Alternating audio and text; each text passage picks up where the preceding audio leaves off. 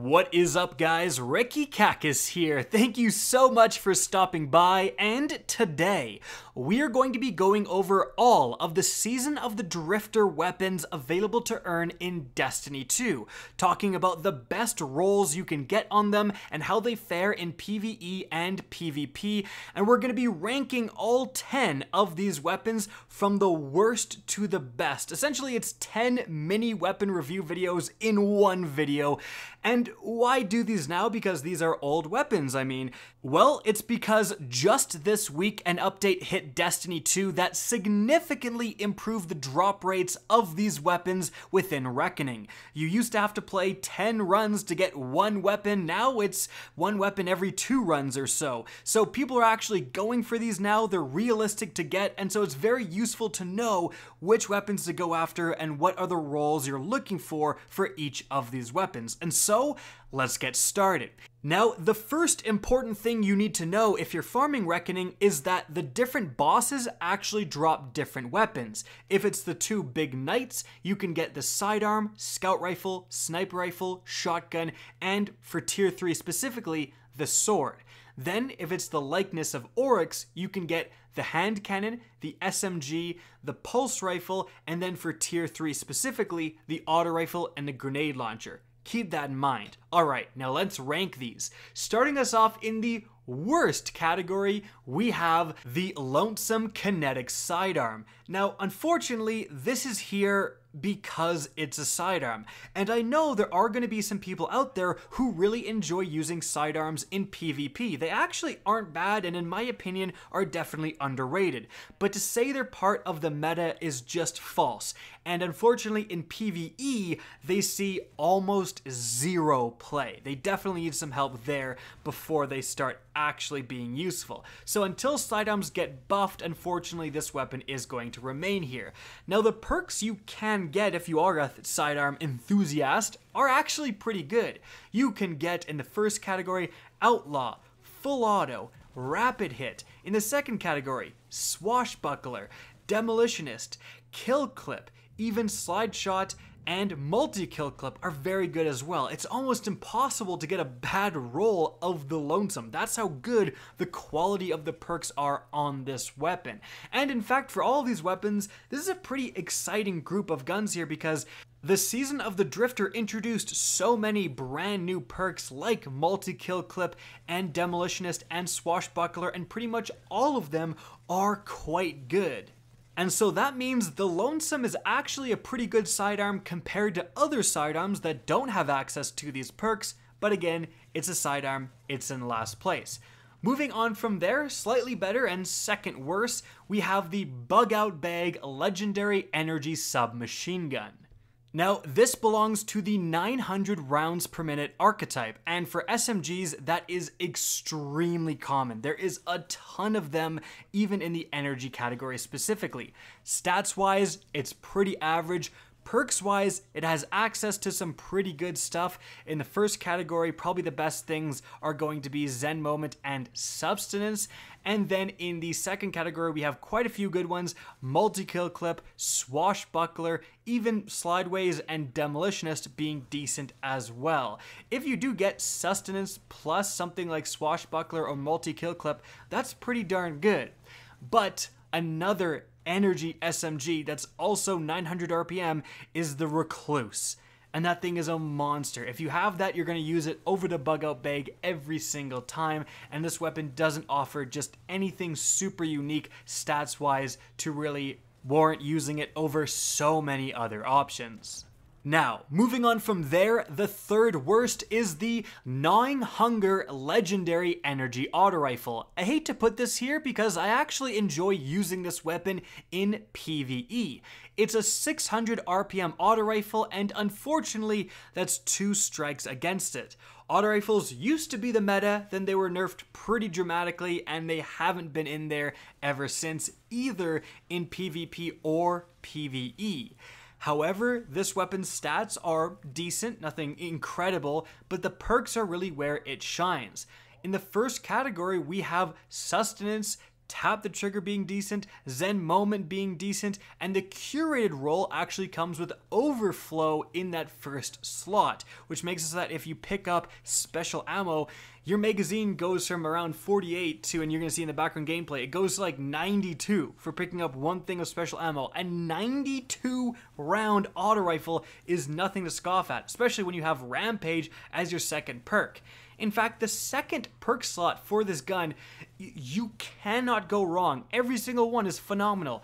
Rampage, Kill Clip, Multi-Kill Clip, Demolitionist, and Swashbuckler. Like, the worst thing on there is Demolitionist, and that's still pretty good. So when it comes to just slaying out on ads in PvE, the Gnawing Hunger is actually pretty decent. The problem is the existence of the Breakneck Gambit Pinnacle auto rifle. If you have that, it increases its rate of fire every time Rampage is active, so it just means that the Gnawing Hunger, it doesn't even hold a candle to it. Now, they are in different categories, with it being kinetic and the gnawing being energy, so if you want to switch things around, you have a really good kinetic you want to use, you may want to try out the Gnawing Hunger. It's actually not bad. If auto rifles ever do get buffed, this thing is priced to move.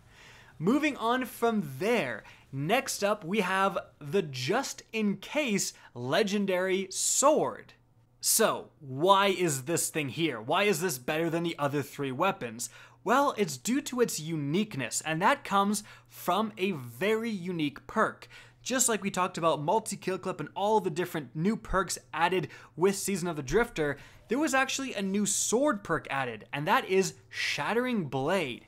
If your heavy attack consumes the last of your ammo, it deals significantly increased damage, excludes aerial attacks. A lot of people haven't even seen this perk, and that's because the swords that actually spawn with this are the Just In Case, and then like one of the Menagerie swords from Heroic Menagerie, which is very difficult to get. So this is an incredibly rare perk, and it's actually a pretty decent one too. Compared to a normal sword that doesn't have this perk, you're going to be doing significantly more DPS with the Just In Case, because on that last shot, normal swords do no extra damage. The Just In Case does a ton of extra damage with Shattering Blade. Not to mention, you can also get in the first category something like Tireless Blade, sword ammo granted for every other powered sword kill. So you're getting a lot of extra ammo as well. Relentless Strikes, it can spawn with 2. So you are getting a lot of good sword options in terms of perks with the Just In Case. And in PvP, where you don't actually get that much sword ammo, if you ever do pick up a brick, you're going to be able to trigger Shattering Blade actually pretty often, which is going to let you just guarantee one shot with the sword by using up your last ammo. Alright, next up in the middle of the road, we have the Outlast Legendary Energy Pulse Rifle. This belongs to the 540 rounds per minute archetype, which is pretty darn rare. The only other energy pulse in this archetype that has random rolls is the Claws of the Wolf from Iron Banner. So these two weapons are the only ones really competing in this slot, and the Claws of the Wolf spawns with much better range, and the Outlast spawns with much better stability.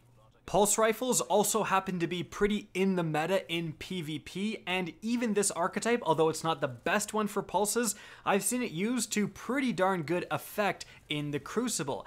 And the perks that can come with this weapon are very good. In the first perk slot, you have full auto trigger system, Outlaw, and Feeding Frenzy being very good. And then in its second slot, you can pair that with Rampage, Kill Clip, even Demolitionist wouldn't be bad either. Unfortunately, Demolitionist is the only one of the new perks that can spawn with the Outlast. But that aside, if you do enjoy this fast-firing archetype in PvP, this is going to be basically one of the main things you're chasing. And in PvE, although it's not necessarily in the meta, I mean, if you get an Outlaw Rampage or an Outlaw Kill Clip Outlast, like, you're still going to be shredding for the most part. But it is time to move on from there, and in the number 6 slot, we have the Nightwatch Legendary Kinetic Scout Rifle. Now, I'll admit to you guys, this is priced to move. This is in this position on the list because we know 100% for a fact that scout rifles are getting buffed with Shadowkeep. And the Night Watch, even though scout rifles are not in the meta, this thing still actually performs pretty darn well. It's in the 200 rounds per minute archetype. That's the same as the Mida multi-tool, and I've seen people shred with this thing in the Crucible. You can beam people with this gun and they just aren't expecting it.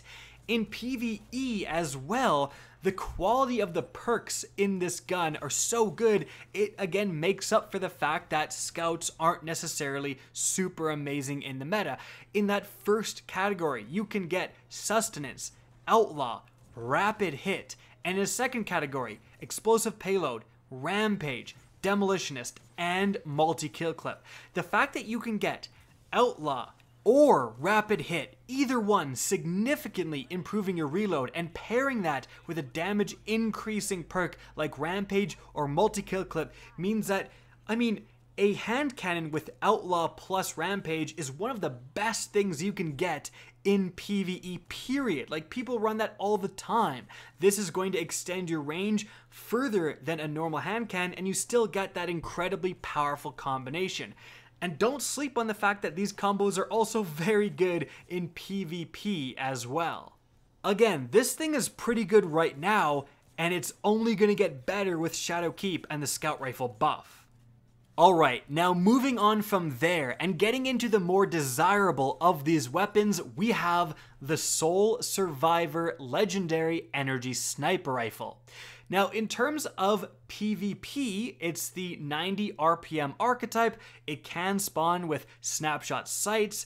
That's definitely not bad, but that's about it. You can get a decent PvP roll, but what we're really looking at is the PvE roll, because it's arguably the best legendary sniper rifle in the entirety of Destiny 2 for PvE. And that's because in that first perk category, you can get triple tap or 4th times the charm, either one being phenomenal. And then in the second perk category, you get one of the new incredibly rare perks, Firing Line.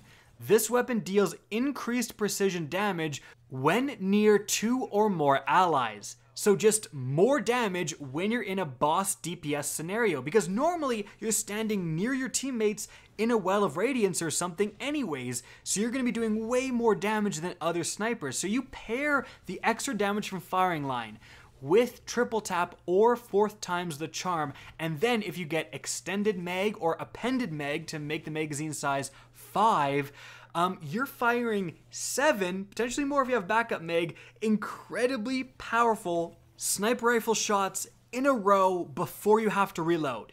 7 plus. That is absolutely insane, and if the same thing happens to snipers that did happen with grenade launchers kind of recently, where people figured out that, hey, a certain archetype of grenade launcher is the best for DPS, the Swarm of the Raven is suddenly one of the most desirable PvE weapons in the game. If that kind of happens with snipers, well, the Soul Survivor is gonna be the Swarm of the Raven of snipers. The combination of those perks are absolutely nutty and is worth having. Next up, speaking of grenade launchers, we have the Doomsday Legendary Grenade Launcher. Now, this does belong to the 120 rounds per minute archetype, which isn't the most favorable in terms of overall DPS, but the perks, oh the perks, it's the saving grace of all of these weapons, are just nutty. Well, firstly, you have a brand new unique perk. Just like the sword, we don't have a lot of grenade launchers with this perk. In fact, the Soul Survivor is basically your only chance to get this perk, and that is Full Court. Increases detonation damage as the projectile travels further before exploding. More damage. And more damage in like a boss DPS scenario. You don't have to ramp it up with Rampage or something like that. Full Court is priced to move. Like, the only reason that this Swarm of the Raven is so good is just that it happens to be Void, and unfortunately this is Arc. But seriously, Full Court is a very, very good perk. And then you combine that with the fact that this can also get Field Prep, a PvE All-Star, and Rangefinder, potentially for PvP. And it has access to Spike Grenades and Proximity Grenades. So for PvP, rolling Proximity Grenades plus something like rangefinder or snapshot sights, and then full court means that you are going to be sniping people with this thing. Honestly, the fact that it does more damage the further it travels, it means that you can hit further away with proximity grenades and still get that kill. So it's good in PvP too, but in PvE, the fact that you can get spike grenades and field prep and full court, your DPS is going to be very good potentially. So, incredibly unique, powerful perk, very good gun type that's in the meta in PvE and PvP somewhat, and great role options for both PvE and PvP. That's why the Doomsday is as high as it is on this list. Now moving on from there, the second best of these weapons is the spare rations. I'm just kidding, obviously not. It is the last man standing legendary energy shotgun. Now, this belongs to the highest damage archetype for shotguns, tying things like the Mindbender's Ambition, and that's what everyone is using in PvP right now. It's the best for just one-shot kill shotguns, so that's super good, and the fact that it has great perks is also very good.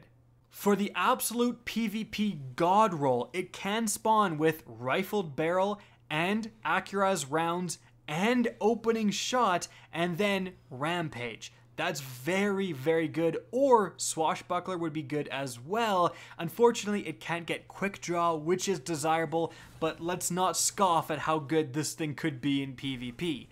But it also has PvE applications, and that's because it's one of the very few shotguns that can get the new perk 1-2 punch.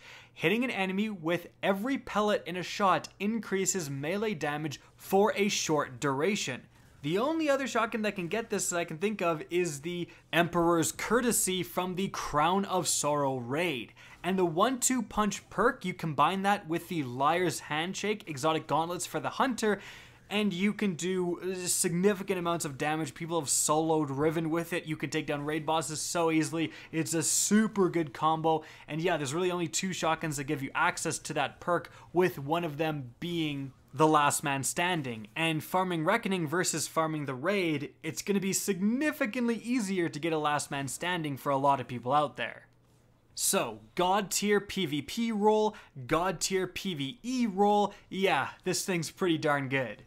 But moving on from there, if we want to talk about God tier, the top on our list, of course, it's got to be the Spare Rations Legendary Kinetic Hand Cannon. This belongs to the actually pretty rare 150 rounds per minute archetype. Now, specifically on PC, this is the best hand cannon archetype, arguably the best archetype of any type of primary weapon in the game for PvP. And it's not bad on console either whatsoever, just on console because of Bloom. There's an argument to make for 140s. I just thought I would mention that. It's not like the Spare Rations is only good on PC. It's also a monster on console. It's a monster everywhere. This thing has one of the best time to kills out of any hand cannon archetype, again, pretty much any archetype in the game if you're landing your headshots. And specifically the Spare Ration and the amount of different range increasing perks it can get means that out of this 150 archetype, the Spare Rations is capable of reaching the best range stat, which is what you're looking for in PvP. So if you're going for that god tier PvP role, you're looking for something like full bore or hammer forged rifling, combined with ricochet rounds would be very, very good here. It doesn't actually increase the range stat kind of on the screen, but it does overall in game significantly improve it. Then rapid hit or even snapshot sights is going to be phenomenal, and you can back that up with rampage is going to be good, swashbuckler, kill clip, multi-kill clip, slide shot if you really want to increase that range, and rangefinder as well. A lot of really good perks in that second tier. And for PvE, this thing's pretty good as well. 4th times the charm, substance, or rapid hit in that first slot, combined with rampage, swashbuckler, kill clip, or multi-kill clip is going to be great in a PvE scenario as well. This is undoubtedly one of the best and most desirable weapons in the game, not just for its category of weapons, and obviously that means it deserves to be on the top of this list. Guys, that's it for the video. I hope you enjoyed, found this informative. If you did, please remember to help me out by simply rating and especially sharing this video. If you guys want to see more Destiny 2 content similar to this, don't be afraid to slap that subscribe button. If you guys want to get in touch with me and keep up to date with the latest channel activity, the best way is to follow me on Twitter. That's linked in the description down below. Again, I hope you enjoyed the video, and as always, have a good day.